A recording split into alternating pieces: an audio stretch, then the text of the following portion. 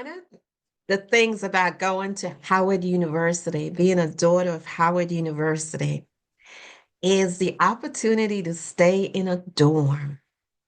For me, although I was not a freshman in college because I spent a year at NYU, but I transferred to Howard, so they considered me a freshman, and I stayed in a dorm called the Quad. It's called the Quad because it's made up of four different buildings after uh, famous African American women. So I'm in the Quad, and outside the Quad, there's a wall. And when you come to Howard and you are in the Quad, as a female, you have to walk past the wall to get in and out. One of the things that happened on the Quad was the guys knew where the honeys were. The guys, the gentlemen, they were all lined up. Well, not lined up, but they would sit on the wall and they would stare you down as you walked out and as you walked in. Okay. That was something challenging for me. It was challenging for me because I am a young lady. First of all, I started college early and I was painfully shy. Lord have mercy. I was so shy. So I would walk out the quad, my head bent down. I didn't want anybody. I could not hold my head up because I would walk like this because I knew people would be staring and looking. The insecurity was deep. Listen, this is about this life with your host, Ann Marie. This podcast reveals how people decide to change their lives, how people decide to heal their wounds by shifting a thought or a belief so that they can take some sort of action. That story that I just shared about you, one of insecurity and shyness and being an introvert, of course, I've evolved since that time, you know? And one of the things I've learned about becoming enough is that it can be easy. And easy in terms of you evolve, you affirm, you simplify your life, and you yield. That's how easy it can be. So, what we do on this podcast is I invite guests in to show us how. How do we evolve? How do we move away from insecurities and this feeling of insufficiency? And guess what? It still happens, in our maturity as well. So I would like to welcome to our show today, Keema Possibilities. Hi, Keema. Hello, hello, hello, everyone. Hello, it's such a pleasure being here. Hi, Ann Marie. It's such a pleasure. Even hearing bits and pieces of that story, getting to know bits and pieces of you, because I saw myself in you. I'm not a shy girl, but Yes, around in certain environments, that just came over me. It's like they're looking at me, they're seeing me. And then I just started to play with it, but I saw myself in that story. I live in New York, so every corner is filled with a bunch of people. So I know what that's like to walk past that crowd of people and then just instantly feel like everybody's looking at me everybody's staring. and judging me for the things that I'm judging myself for. So that was Yeah. a big thing. And it's a judgment because you think about everybody's looking at you, they're looking at your makeup, they're looking at what you're wearing. I was so self-conscious because my parents they were okay, but we're not wealthy. So I didn't know how to dress fashionable at Howard. So it's that feeling like, do I look okay? Did you experience that as well? Yeah, I mean, I think we all experience it in our own way. Like I said, I was actually outgoing, I was bubbly, I was fun, I had tons of groups of friends, but I didn't always feel like I fit in, even though I was the go-to in the crowd, in the crew. So I had my moments where it was like, do I want to step out? Do I want to step in? How do I want to show up in this world? So I often say I wore a mask sometimes in different friend groups so I can blend in here. I wanted to make sure you said something in the beginning of the podcast, being enough. And Yes, I was trying to figure out where would I be enough at. And then it finally hit me, I'm already enough. I just had to absolutely. remove some of life's experiences and some of those clay stories off of the wholeness of me. But it took some while. It took a while. It wasn't something that happened overnight. But I'm saying all this to say that I think we all been there. Even the most confident, even the one you see walk with a head held down. Mm, There's these moments because we're spiritual beings having a human experience. So we're going to have all of those emotions, all of those experiences that we pass through. But I like to say, I let it pass through. Excuse me. I don't take out real estate in those feelings because I still get okay, it. okay, come on. Yeah, I don't take You out real can't estate in stay those there. feelings. You Yeah. can't stay there. But talk to me a little bit about staying there because you mentioned in terms of wearing masks and these clay pots that we cover ourselves with. Do we belong here? We're always trying to fit in. And truth be told, you don't have to be a 17, 18-year-old student. You could be 40, you could be 50, and you still trying to fit in. Trying to fit in the mom group, the parent group. You're trying to fit in, oh, am I fly? Am I looking good when I go out to the club? So talk to us about trying to fit in and wearing those masks. What kind of mask? Listen, it's the mask of ambiguity. It's the mask of just, like we said, trying to fit in, not feeling enough. So you've covered up who you truly are. You're covered up with all the experiences, all of the stories, all of the hurt, all of the shame, all of the blame. And a lot of the times we're looking at other people and we're seeing, she looks amazing. She looks happy. I want some of that. I want to experience it, but we don't know everyone's story. We don't know that the Yes. lady that's smiling the brightest, she probably is holding on to the hardest pain Oh, that we've ever grown through. So that's what that mask is. That mask is acting like everything is okay. That mask is not wanting to fix things. And I like to say you have to face it so you can fix it. And a lot of us, we're taught in society that we got to just go through it. Go through it. It's okay. Just we can't talk about it at work. We got to separate the work from the personal. We're taught these things so we carry it like a luggage. And like then we it we becomes have a to mask. separate the different pieces of ourselves. So what I hear coming through loud and clear, Miss Queen of Possibilities. We're going to get into that title in a moment, okay? But there's something that's resonating with me, and that is like when you're 18, just picking up one of those ages that's, you're in that place, you might have an insecurity because you're not sure of yourself and you're still trying to find yourself. But when you're 38, 48, 58, you might be insecure and wearing that mask because my marriage isn't working and I don't want anybody to know about it. Oh, my children that I raise, that's a prayer. That's a prayer. That's a prayer. That's a prayer. You might be thinking to yourself, okay, I, I found that lump, and I've got to go to the doctor and check it, but I don't want anybody to find out. You might think, oh, I have more, more rent due than I have income coming through. So these are the things that lead to insecurity and that constant press, that constant pressure. Oh But yeah. one of the things you said, Keema, was shame. What kind of shame? Shame what? What is that about? So shame is that luggage that many of us carry on because we don't know how to forgive ourselves and we don't know how to forgive others. So we go into this cycle of blame, shame, guilt, and anger. Those are like the four um, Blame, shame, things. Yeah, guilt, and anger. Okay, I those gotta are jot that like down. Okay. yeah, yeah.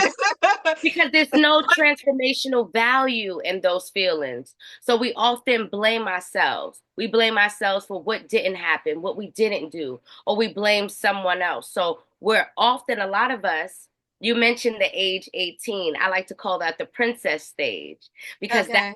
That's the stage where it's like we're looking at life. We want to be Mm. married. A lot of us. We want to enter the world and into the world of greatness. We don't know exactly what we're stepping into, but we're dreaming. We have this vision of what life would be like, what we would like it to be like, and then we exit out of the princess Not a stage. princess. And where do we go after princess? So now it's the queen stage. It's the It's the queen queen. stage.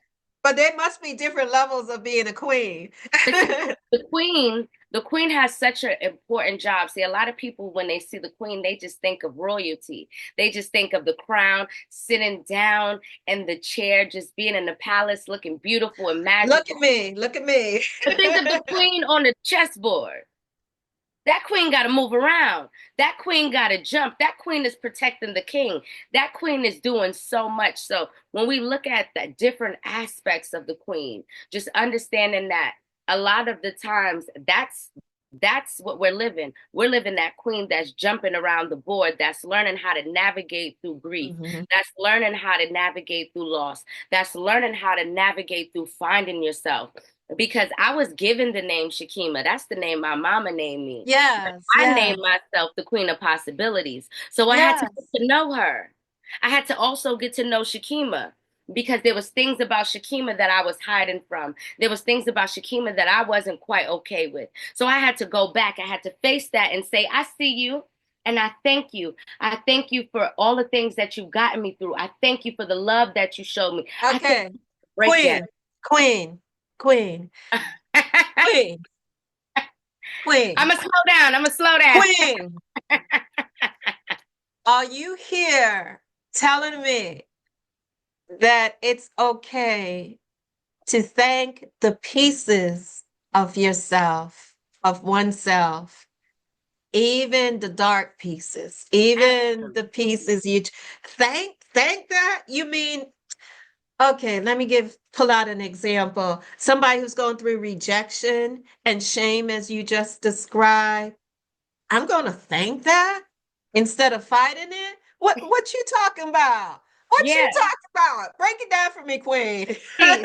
See, Miss Ann Marie, we're taught to put on the gloves. I like to call them the beat up Keema gloves Hmm. or the beat up Ann gloves. So we put these gloves up when things don't happen the way that we would like them, or we experience these things, like you said, rejection. And I like to say rejection is just a form of redirection because we don't know if that was a door that was actually truly meant for us. We just know it was a door we wanted to enter.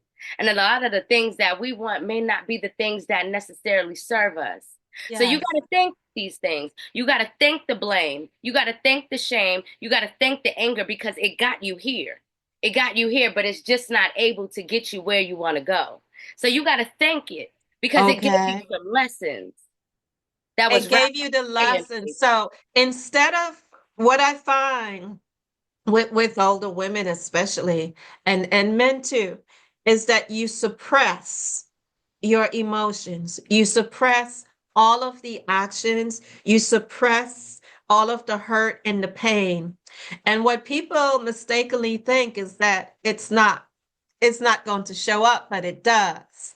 I've talked on this show about this life to women, to men. They've gone through trauma, they've gone through incest, sexual assault, domestic violence. And for years and years, it was suppressed. And they're going about their existence, but it shows up and manifests in your body, in your spirit, in your mind. And so, what I'm hearing you say, Keema, is that offering the possibility that if you thank this thing that you're trying to suppress, that it can actually work for you. It can become your lesson. Yeah. Okay. Am I Yeah. hearing correctly? Yes, That's why we yes. need to do it. We got to think it because it's our gift that's wrapped in sandpaper. It's that very thing that didn't come in the way that we wanted it to come, but it's going to give us the lessons and the blessings that we truly need to get to where we want to go. See, you may not wanted that experience. It may have been the hardest experience that you had to ever deal with, like losing my home. That was one of the hardest things that I had to learn how to navigate. I wouldn't call that on to anyone and I wouldn't ask for that experience again. But it taught me things about me because I look back at who I was then. I wasn't living for Keema. I wasn't living for service. I was doing things because it looked good and it made me look Right. good. Right. I had a chance to face that. I had a chance to say, well, you know what, Keema, you could do things a little bit different. You could be different. You could show up differently because you're not doing it for the people. You're doing it for you. And if it's for you, then it's not big enough because you aren't bigger than humanity. So it gave Mm. me a chance to really, Mm. yeah, Drop the mic. That yeah, part. we got to chew on that a little bit. I'm not bigger than humanity. Yes. So I had to learn. Yes.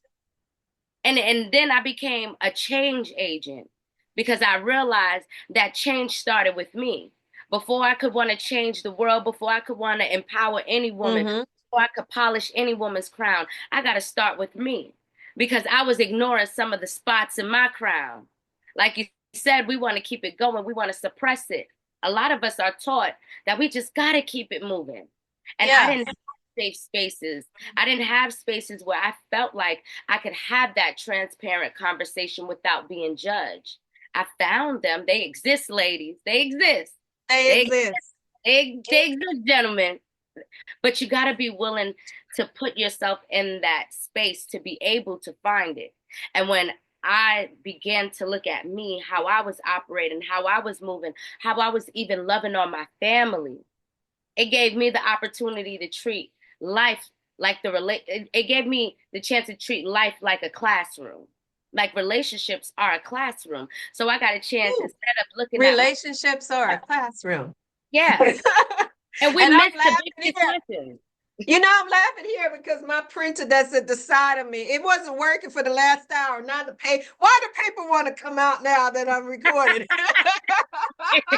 They So said that here was noise from my printer. And all the different times I tried to print, and now an hour later. Anyway, you are a transformational coach. Tell us what that means, because I have to say, one of the things that I am finding so rewarding is you become the people that you are surrounded by. I, in the last couple of years, have been surrounded by and been in the company of a lot of people who are doing things in the transformational coaching world. It is uplifting, it is invigorating, and I'm going to use your word. It gives possibility of what you can become. So, Keema, I want you to talk about what you do as a transformational coach. How do you transform us? How do we go on that journey? So it's a beautiful journey because like we discussed earlier, a lot of us aren't facing the things that we've grown through. A lot of us we feel like I went through it and that's it. But as a transformational speaker and coach, I like to say that I'm taking you into that dark corner that you didn't even know existed. We're going to shine light on that spot so that we can continue to navigate because as a transformational speaker and coach, I'm redirecting you. You may be over here and you got to take a few steps over to the left and then keep moving forward. So we're focusing on a direction. It's not about you being wrong. It's not you not being enough. It's about you understanding that there's layers and parts of you that wants to be born, that wants to evolve, that wants to elevate. And once you elevate you, your mind, everything else around you has no choice but to follow. See, that's the difference between a transformational coach and a life coach because your life is so big. Your life Yes, is so big yes, and it's made yes. up of different parts. So my job is to show you that you're looking at life and you're saying life is hurting me. I'm stuck. I'm in a rut. And you're not looking at the many different areas that make up the wholeness of you. So give us just a little teaser. Give us just a little bit, because I know some people, one of my experiences is I went back to the little girl. And that was transformational for me in terms of the work in doing that. So just give us an example of going into a dark place that we have to go to. So the biggest one, and this is one that I give a lot of my clients, It's looking inwards instead of outwards. See, a lot of people, we have the tendency to look at this and say, I don't like this, I don't want this, or I'm gonna do better when I get the car, when the kids go to school, when I move. We look at these outside circumstances, forgetting that the outside is just a mirror of what's going on inside. Mm. So I shouldn't wait because tomorrow, first of all, tomorrow's not promised, right? It's crazy that you say that, Anne Marie, because I have something called the possibility jar that I placed Okay. in my community. And it has a bunch of encouraging notes that anybody from the community gets to stick their hand in, pick out a note, and see what their message is for the day. And my message said, stop living as if today is promised, tomorrow is promised. Today is what you truly have. And then you just said that. So Yes. it's just confirmation. You didn't know I picked Serendipity. that up. You didn't know So I we have picked that to up. understand the gift that is today. And so you would walk a person through this transformation. You've got books as well. You've got other things that you do. So I want the full spectrum because 2025 is coming up and we want to be able to make this change and make this change. Think about it realistically because we get up, we go to work, come home, make dinner, take care of the kids, repeat. And we're on repeat. We're on this cycle. And you're thinking, okay, what am I going to do in my life? I want to go someplace, but I don't know how to get there. Okay. So you have given us some tools. And then one of your tools is a book. So talk to us about your book as well. You an So, author. yes, yes, thank you. So I have two. I have a journal, which is From Grief to Grace. So this is, I like to say, I created what I needed because we have tons of journals, but we didn't have grief journals, one that I was looking for. One without blank pages that allowed me to just write down my thoughts because my thoughts were so loud. Because in 2022, I lost my dad and I Yeah. had to learn how to navigate. I had to learn how to feel okay with that. I had to learn, and I was learning a lot spiritually.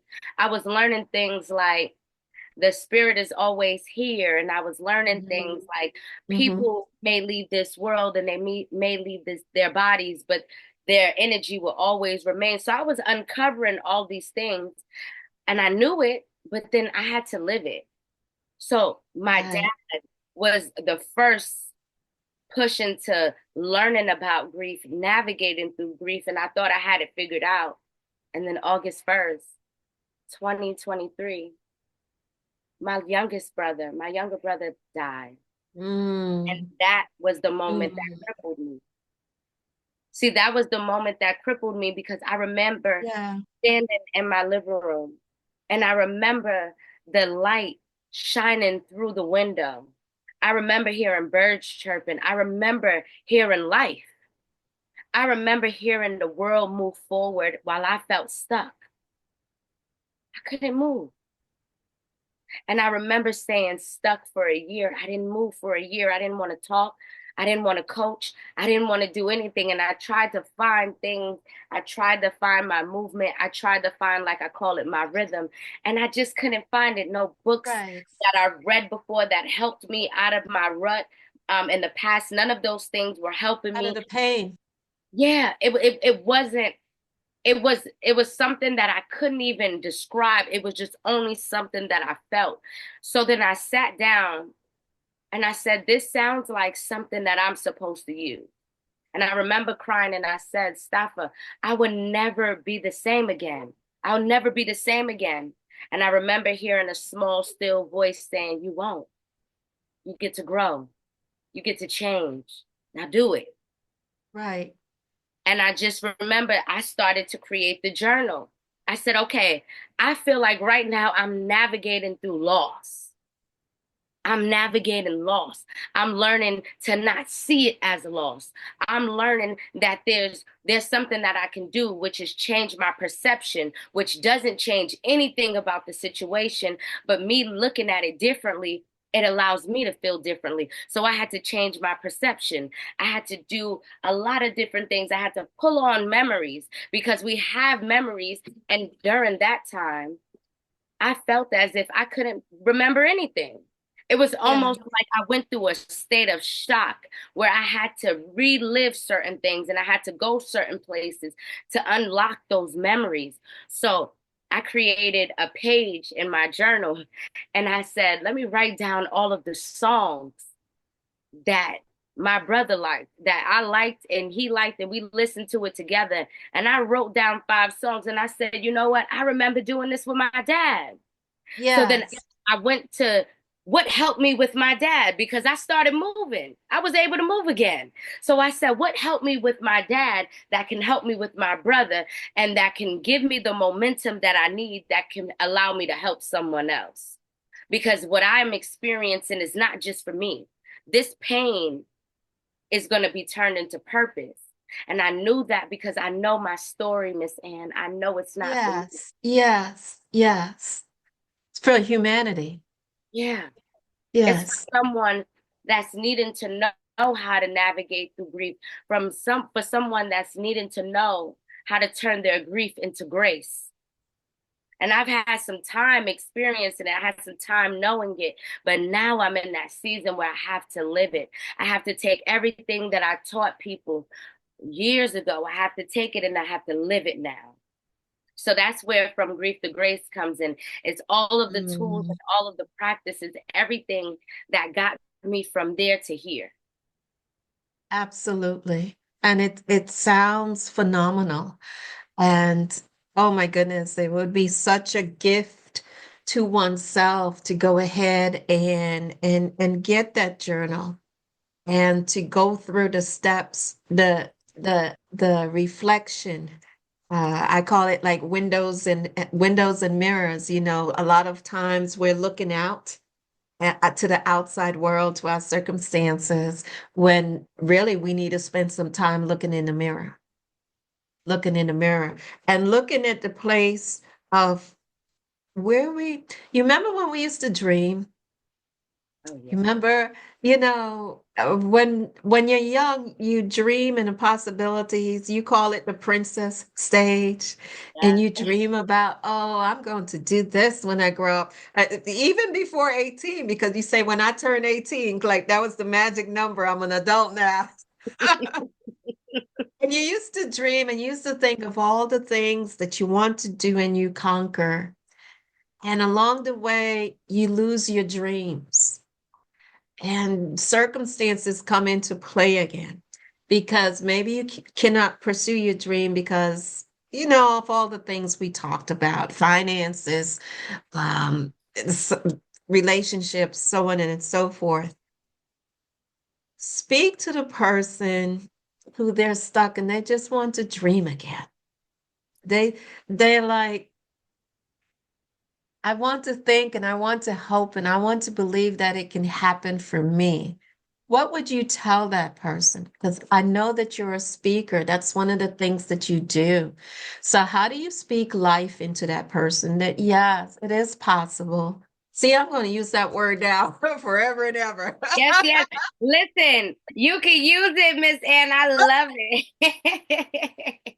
With me that it is possible to dream. Not only is it possible to dream again, it's possible for your dreams to come true.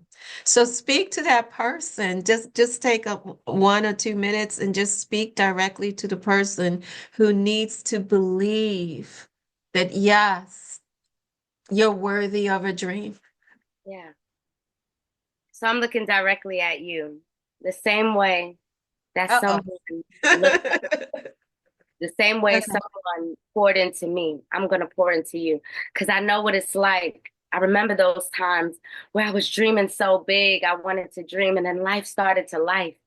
Where life started to happen, and I couldn't dream anymore. I had these filters. I had these filters covering what I saw, what was possible. And I thought everything was impossible until I turned it into I'm possible. So I just want to remind you that you are the healing in me. I stand before you because I show you that it's possible.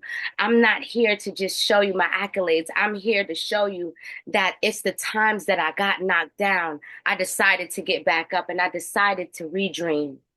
See, sometimes we don't just have to Mm. dream. We have to redream. We have to go back to that dream that we once had. We have to pick it up. We have to dust it off. We have to shine it off. And we have to look at it and say, I still see you. I still want you. I still believe. So know that it starts with you. Believe in you. Believe that you're worth it. Believe that you're worth every single thing. And maybe it's too hard to hold that belief right now. So I want to hold the space for you.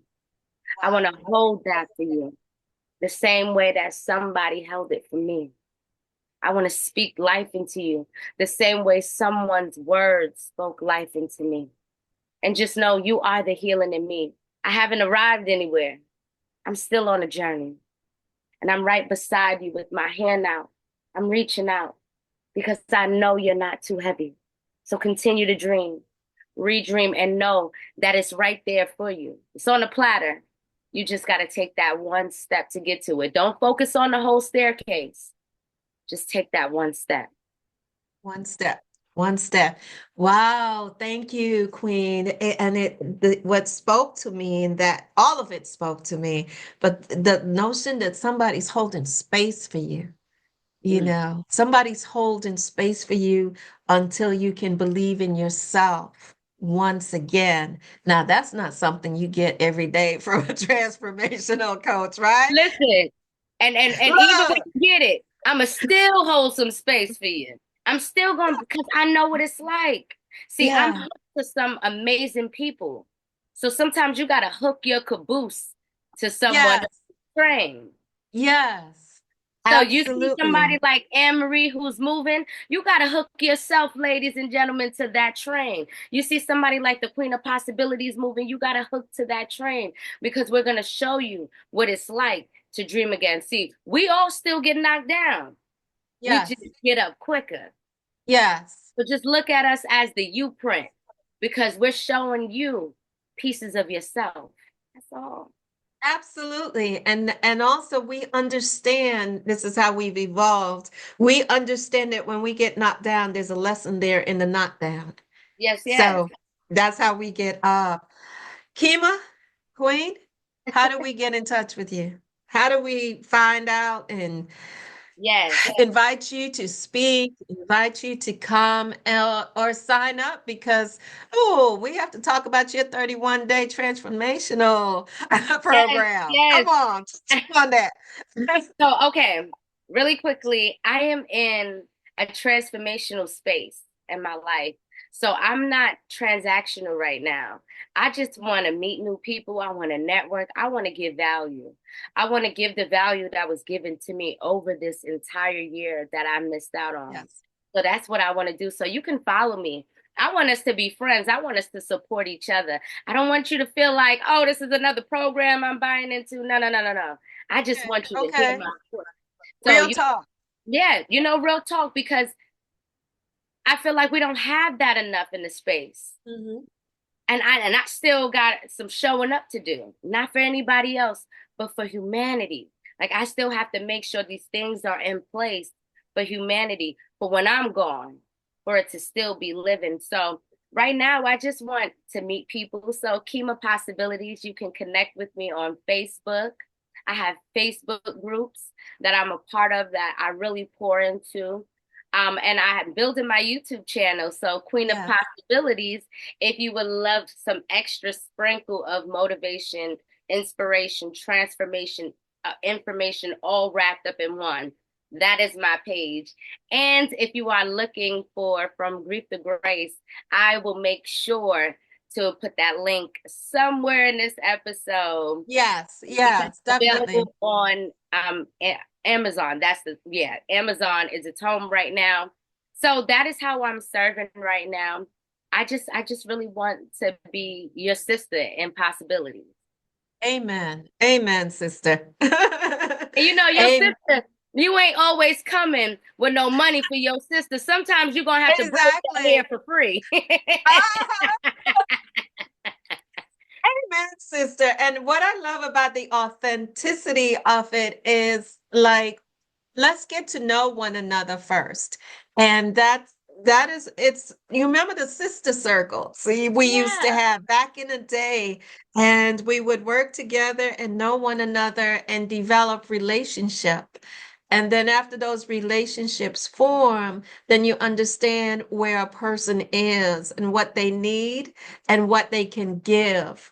And so it comes from that tribal, that African, that Native American connection that we have. And just understanding that we're stronger together. Like my mom was a part of that, the sister circle. So just to know my mom was a part of something so symbolic and so amazing, and I'm continuing that work, it just Yes. feels like a full circle moment. Like we're stronger together.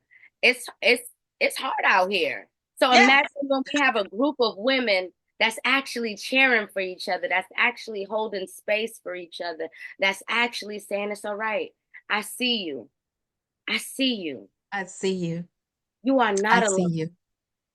Like, because none of us want to be alone. So just to know that what you're experiencing, what you've grown through is something that could help me, that's amazing. That's Yes. amazing.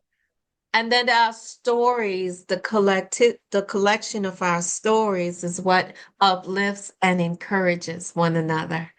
And That's that beautiful. is where there's beauty.